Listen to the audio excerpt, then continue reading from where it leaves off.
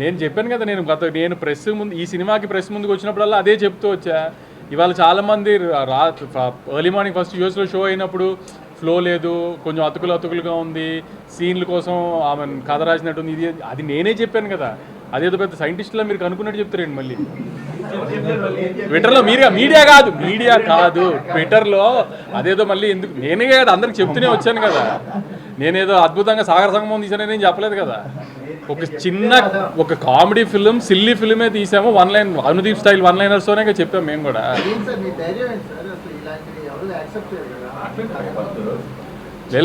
ధైర్యం ఏంటంటే ఇప్పుడు అనుదీప్ లాంటి వాడితో సినిమా తీస్తున్నప్పుడు ఎప్పుడు ఆ రిస్క్ ఉంటుంది.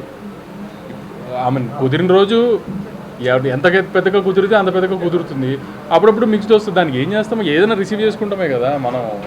ఇలానే అలా అని ప్రతిదీ కరెక్ట్గా మనం అనుకున్నట్టు జరుగుతుందని కాదు కదా, అంతే. నేను కొంచెం డివైడ్ ఉంటుంది, ఎందుకంటే రివ్యూవర్స్కి వీళ్ళకి నచ్చే సినిమా తీస్తున్నానని నేను డెఫినెట్గా అనుకోవాలి. ఎందుకంటే ఒక సినిమా కావాల్సిన గ్రామర్ అయితే లేదు, అది లేదని తెలిసే తీసాము, అదైతే లేదు. సో రివ్యూవర్స్కి వీళ్ళకి నచ్చుతుందని అయితే అనుకోలేదు ఎప్పుడు. కానీ ఆమె రెగ్యులర్ పబ్లిక్ కూడా ఇటు కూడా ఎడిట్ ఇలా ప్యాచీగా ఉంది, ఇది అది అంటున్నారు. అసలు ఆ ఎడిట్ ప్యాచీగా ఉండడానికి తీసుకుందే అలా బ్లాకులు కాదు, ఒక కథని ఫ్లోగా తీయలేదు సినిమాని అసలు. సో అది మరీ అంత డీప్గా టెక్నికల్గా చూశారు. నేను ఫస్ట్ నుంచి అదే చెప్తున్నాను కదా, మీ అందరికి వచ్చి నవ్వుకుంటే వెళ్ళండి, ఖచ్చితంగా మ్యాక్సిమం నవ్విస్తానికి ట్రై చేసి నవ్విస్తాడు, అది దీపనే చెప్పాను నేను. దానికి ఎంతవరకు ఆమెను సాటిస్ఫై చేయగలిగాం లేదో చూసుకోవాలి అంతే. ఇంకా ఈ సినిమాల వరకు కొన్ని సినిమాలు అంతే కదా. అది నిన్న కూడా చెప్పాం కదా.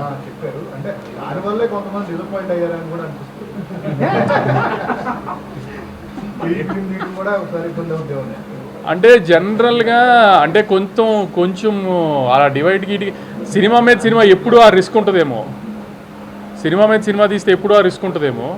కానీ నేను మళ్ళీ చెప్తున్నాను, సరే కొంచెము ఆమెను కథ ఇటు గురించి డిస్కస్ చేస్తున్నారు అన్నీ ఓకే, కానీ ఇప్పుడు కూడా నాకు డిస్ట్రిబ్యూటర్స్ నుంచి ఫీడ్బ్యాక్ వస్తుంది కదా. సెకండ్ హాఫ్ బాగుంది, లాస్ట్లో మదర్ ఎమోషన్ బాగుంది, ఫన్ పండుతుంది.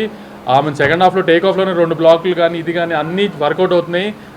మీరు ఏ డౌట్ లేకుండా ఈ శివరాత్రి 2-3 రోజుల సెలవుల్లో డెఫినెట్గా థియేటర్కి వెళ్ళి చూడండి. ఖచ్చితంగా మీ 150 రూపాయలకి అయితే న్యాయం చేస్తామని గట్టిగా అనుకుంటున్నాము.